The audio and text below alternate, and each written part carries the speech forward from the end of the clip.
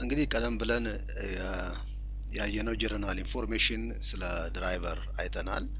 እነኛ ድራይቨሮች የት እንደሚገኙ በዚህ በኮምፒውተራችን ላይ እናየዋለን።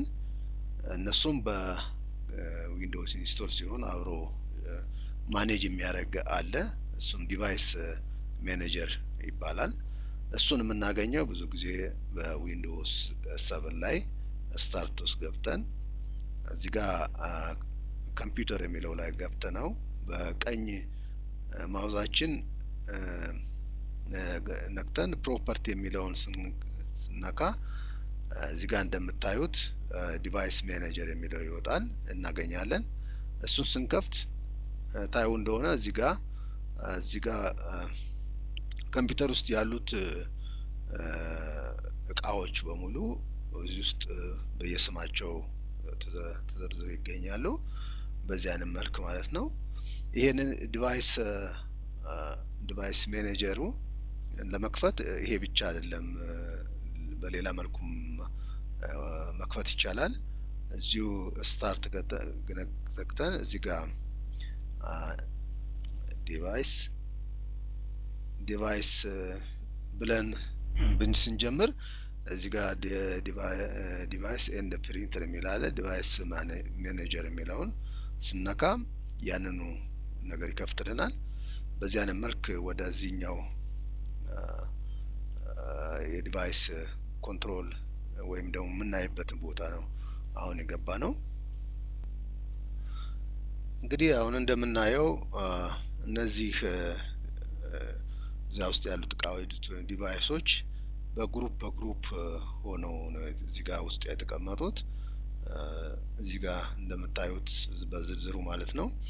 ይሄ አንደኛው ቪው ነው። ይሄን ለማየት የሚያስችለን እያንዳንዱን ዲቫይሶች ምን እንዳሉ። ሌላ ቪው ሊኖርም ይችላል። አሁን እዚህ ውስጥ ቪው የሚለው ሚኒው ገብተን ዲቫይስ ባይ ታይፕ የሚለው አሁን የምናየው ነው። ዲቫይስ ባይ ኮኔክሽን የሚለው ስናየው አሁንም እነዚህን በግሩፕ አድርጎ አስቀምጦላቸዋል እንደምታዩት በዚህ አይነት መልክ። ሌላው ቪው ደግሞ አለ ሪሶርስ ባይ ታይፕ የሚለውን እንደዚሁ ያስቀምጥና ግን በተለምዶ ብዙ ጊዜ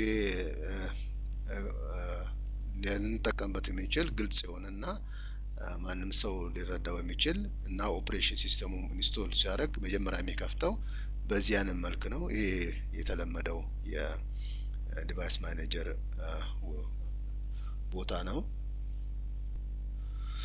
እንግዲህ እንደምታዩት እዚህ ጋር እነኚህ በሙሉ ዲቫይሶቹ ወይም ውስጥ ያሉት የኮምፒውተር ውስጥ ያሉት እቃዎች በሙሉ እዚህ ጋር ያሉ በተለያዩ ቦታው ላይ የተለያየ ምልክት ይኖራል። የማይሰሩ እና ወይም ደግሞ ኢኔብል ያልሆኑ ወይም ውስጣቸው አሉ እቃዎቹ ግን ዊንዶውስ ሊያያቸው የማይችል ወይም ደግሞ ድራይቨር ሲያስፈልገን ስንሰጠው ዊንዶውስ ድራይቨር አለ ግን እቃው ኢኔብል አይደለም ብሎም ሊል ይችላል። ለምሳሌ የዛ አይነቱ ምልክት ምንድነው የሚሆነው? ለምሳሌ እንበልና ይሄንን ዲቪዲ ሲዲ ሮም የሚለውን በቀኝ ማውዛችን ነክተን ዲሴብል ብንለው እሺ ዲሴብል አርገው እንለዋለን። አሁን እንደምታዩት እዚህ ጋር ያለው እቺ ምልክት ቀስት ወርታች የሆነችው ይሄ ዲቫይስስ ኢኔብል ሆኗል። ዲቫይሱ ማለት እዛ ውስጥ አለ ግን ኢኔብል አልሆነም ወይም ሊታይ አልቻለም። ስለዚህ የዚያን ምልክት በምታዩበት ጊዜ ወይም ድራይቨር አልቀበልም ሲላችሁ የዛ እቃው ተገጥሟል ግን ድራይቨርም ሲሰጡትም አልቀበልም ካለ እንደዚህ አይነት ምልክት ያለበት ቦታ ካያችሁ እዛ ቦታው ላይ ሄዳችሁ በቀኝ ማውዛችሁ ነክታችሁ እዚህ ጋር እንደምታዩት ኢኔብል ስትሉት ያ ተመልሶ ወደ ቦታው ይመለሳል ማለት ነው። ያቺ ምልክቷ አሁን እዚህ ጋር የምታዩት ምልክት ጠፍታለች። ስለዚህ ይሄንን ዲቫይስ ድራይቨር የሚያስፈልግ ወይም ደግሞ ልንቀይር የምንችለው ካለ መቀየር እንቀይርለት አፕዴት ለማድረግ ብንፈልግ ድራይቨሩን የዚህን ማድረግ እንደምንችል ነው እዚህ ጋር የምናየው። አንዳንድ ጊዜ እነዚህ ዲቫይሶች የዚያን ምልክት ያለባቸው አሉ እንዲሆነው እንዲሆንና እንደዚህ አይነት ምልክት ያለበት እዚሁ ዲቫይሱ ላይ ሊኖር ይችላል።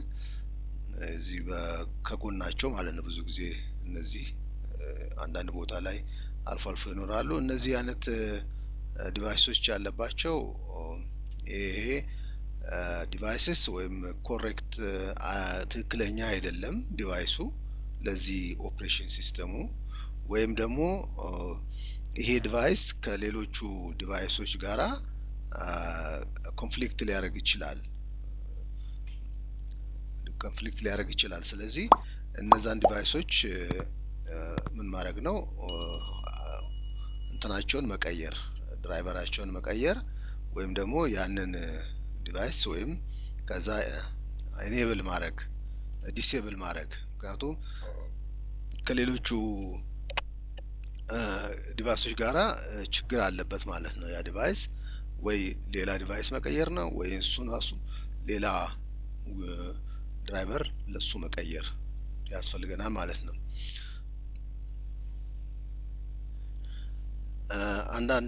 አንዳንድ ጊዜ ደግሞ እንደዚህ አይነት ምልክት ያለባቸው አሉ።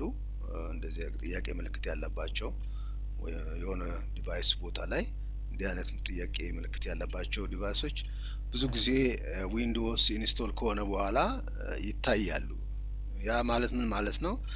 የዊንዶውስ ይሄንን ዲቫይስስ አያውቁም ማለት ቀደም ሲል ስንል የነበረው ዊንዶ ማይክሮሶፍት እያንዳንዱን ዲቫይሶች ከዚህ ማዘርቦርድ ጋር የሚሰሩትን ድራይቨሮቹን ቴስት አድርጎ ነው የሚያወጣው እና ያ ድራይቨር አለ ግን ያ ዲቫይሱ አለ ግን ድራይቨሩ አልተገኘለትም ወይም ለሱ የማይሆን ድራይቨር ነው ኢንስቶል የሆነው ማለት ነው። ስለዚህ ለዛ ምንድነው የሚያስፈልገው?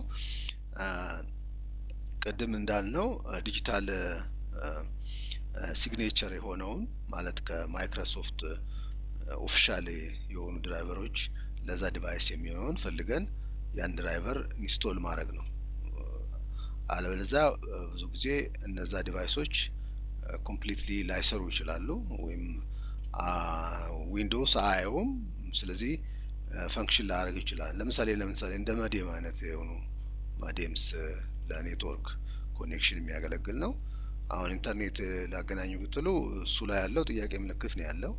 ያንን ለሱ የሚሆን ድራይቨር ትክክለኛውን ድራይቨር ካላገኘለት ይሄ ኮምፒውተራችን ከኔትወርክ ጋራ ግንኙነት ሊፈጠር አይችልም፣ መጠቀምም አንችልም ኢንተርኔት። ስለዚህ የዚህ አይነት ነገሮች ድራይቨሮች ኦፊሻል የሆኑ ድራይቨሮችን ፈልጎ ኢንስቶል ለማድረግ ያስፈልጋል ማለት ነው።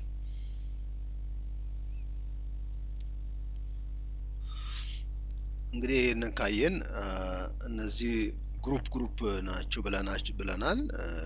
እነዚህ ዲቫይሶች እነዚህ ውስጥ ያለችው አሁን እዚህ ጋር የምታዩት ምልክት እዚህ ጋር ያሉ ቀስ የሆኑ ምልክቶች አሉ። እነዚህ ቀስ የሆኑት ውስጣቸው የሌሎችም ዲቫይሶች እንዳሉ ግሩፕ ሆኖ ነው ማለት ነው ያሉት። ስለዚህ ይሄንን ግሩፕ ለመክፈት ወይ ቀሱን ስነካ ውስጥ ያለው ይከፈታል እንደዚህ እያደረግን ማለት ነው። ወይም ደግሞ እዚሁ ላይ እንደቆም ሁለት ጊዜ ስነካ ይከፍታል። እንደዚህ አድርገን መዝጋት እንችላለን። ወይም ደግሞ በቀስት ወደ ላይ ከኪቦርድ ላይ ያለው ቀስት ወደ ላይ እንልና ያለንበት ቦታ ላይ ስንደርስ ወደ ላይ ነበር የመጣነው። አሁን ወደ ቀኝ የሚያሳየውን አንድ ጊዜ ብናካ የዲቫይሱ ይከፍትልናል ማለት ነው። በዚህ አይነት መልክ ውስጥ ያሉትን ዲቫይሶች ምን እንደሆኑ ለማየት የሚያስችል አይነት ነገር ነው። ወይ ሁለት ጊዜ ክሊክ ማድረግ ነው ወይ ደግሞ በዚህ በኪቦርድ ላይ ያሉት በቀስቶች ወደ ላይ በመምጣት ወደ ቀኝ የሚሄደውን ቀስት በመንካት እነዚህን መክፈት እንደምንችል ነው እዚህ ጋር ማሳያችሁ። ሌላው የምናየው ደግሞ ምንድነው እዚህ ጋር አሁን ድራይቨሩ የሆነ ዲቫይስ ላይ ቆመን ሁለት ጊዜ ከነካን በኋላ ውስጥ ያሉትን ከከፈትን በኋላ ሁለት ጊዜ ስነካው የሆነ ኦፕሽን ይወጣልናል።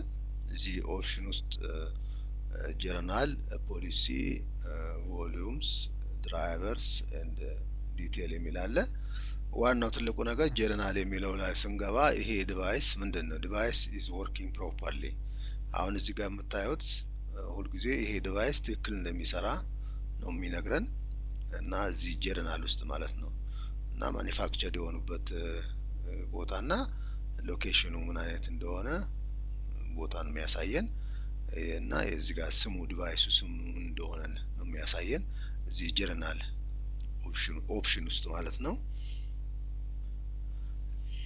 እዚህ ጋር እንደምናየው እዚህ ድራይቨር ውስጥ ብንገባ እንደምታዩት የዚህ ዲቫይስስ ስሙና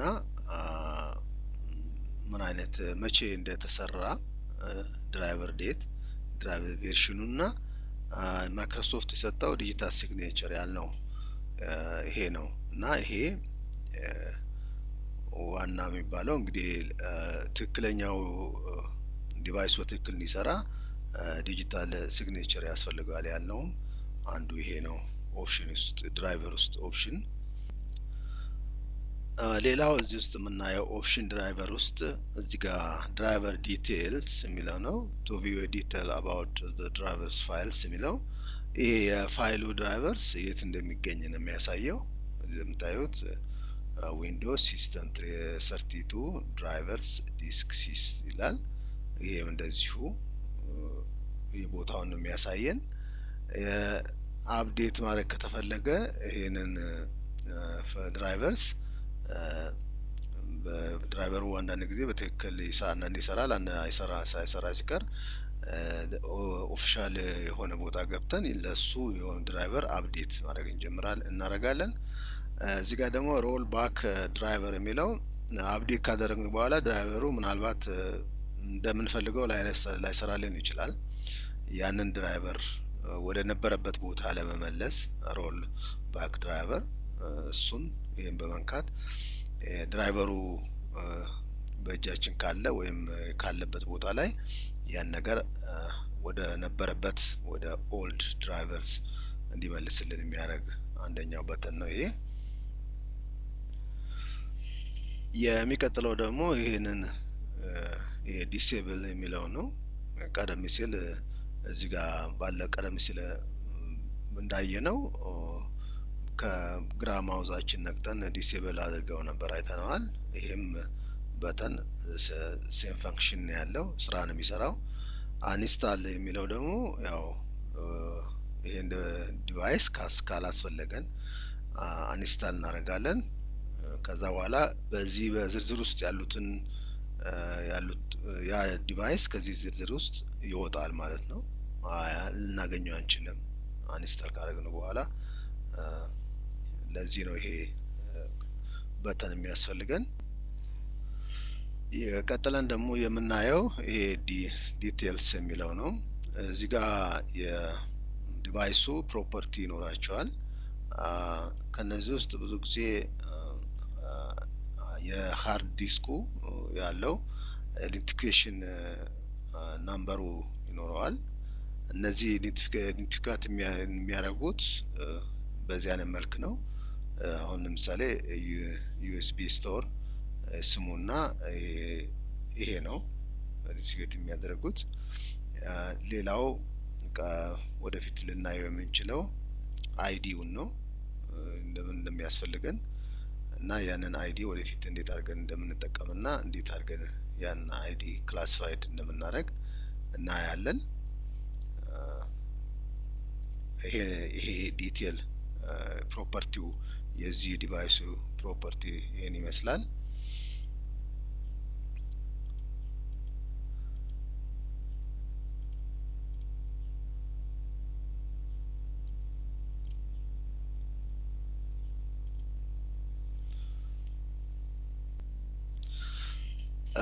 እዚህ ውስጥ ሌላ ደግሞ የምናየው ምንድነው እዚህ ጋር ያለው ድራይቨር ፖሊሲ ድራይቨርስ ዲቴል አለው። ሌላ ውስጥ ዲቫይስ ብንገባ ፕሮፐርቲ ውስጥ ገብተን አንዳንድ ጊዜ እነኚህ ድራይቨሮች ዲቴላቸውን ከሰጡ በኋላ አንዳንድ ዲቫይሶች ኮንፍሊክት ያደርጋሉ ከሌላው ዲቫይሶች ጋራ። ያኔ ዲቫይስ ኮንፍሊክት ካደረገ ስራውን በትክክል ላይሰራ ይችላል እና ያንን ብዙ ጊዜ ኢንዲኬት የምናደርግበት አለ። ሁሉም ዲቫይሶች ላይ አይደለም የሚገኘው እሱ እና ድራይቨሩ ያው ኮንፍሊክት አያደርግም የሚል እናገኛለን። ለምሳሌ ላሳያችሁ የፈለኩት ለምሳሌ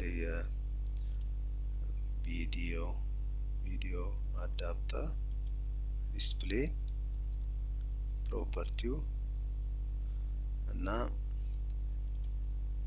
እነኚህ ሪሶርስ አሉ። እነዚህ አሁን ይሄንን ላሳያችሁን የፈለኩት አንዳንድ ጊዜ በሁሉም ላይ አይደለም። አንዳንድ ዲቫይስ ላይ ከአንዱ ዲቫይስ ከሌላው ዲቫይስ ጋራ ኮንፍሊክት ሊያደርግ ይችላል። አሁን ለምሳሌ ይሄ ጂፎርስ የሆነው ቪዲዮ አዳፕተር ሌላ አዳፕተር ውስጥ ብናስገባ ያን ነገር እዚህ ጋር ኮንፍሊክት መኖሩን ያሳያናል። አሁን እዚህ ጋር እንደምታዩት ዲቫይስ ከማንም ዲቫይስ ጋራ ኮንፍሊክት አያደርግም። ይሄን ዲቴል በዚህ በኩል ማየት እንችላለን።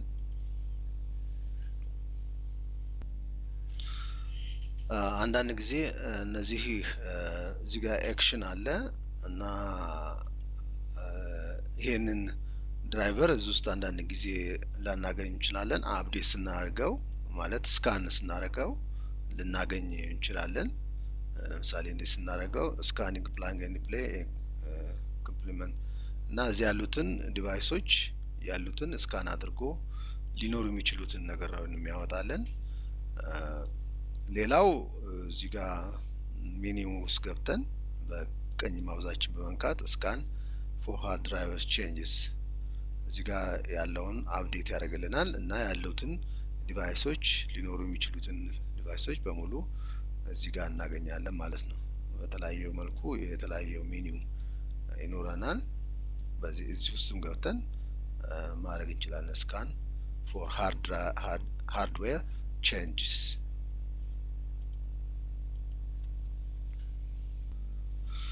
እንግዲህ በዛሬው ቀን ያየነው እዚህ በዊንዶውስ ውስጥ ዲቫይስ ማኔጀር ውስጥ ያሉትን ዲቫይሶች አይነቶችን እና የነሱን ምን አይነት ድራይቨሮች እንዳሉ እያንዳንዱ ዲቫይስ ምን አይነት ፕሮፐርቲ እንዳለው አይተናል። እነዛን ፕሮፐርቲዎችን እንዴት አድርገን እንደምናይና ምን አይነት ዲቫይሶች በትክክል እንደሚሰሩ ምልክት ያለባቸው የሌለባቸውን ኮምፒውተራችሁ ውስጥ ያሉትን ዲቫይሶች እዚሁ በዚህ በዲቫይስ ማኔጀር ለማየት ሞክረናል። እንግዲህ ብዙ ጊዜ ይሄንን ሴትአፕ ካደረግን በኋላ ዊንዶውስን ቀጥታ ወደዚህ መተን የትኛው ዲቫይስ ትክክል ሰርቷል ወይም አልሰራም ወይም ሁሉም መስራታቸውን ቼክ አፕ ልናደርግበት የሚችል የአንዱ የዚህ ዲቫይስ ማኔጀር ነው። በሚቀጥለው እንግዲህ የቪዲዮ ትምህርታችን በዚሁ ተከታታይ ድራይቨር እስከምንገናኝ መልካም ጊዜ፣ ደህና ሁኑ።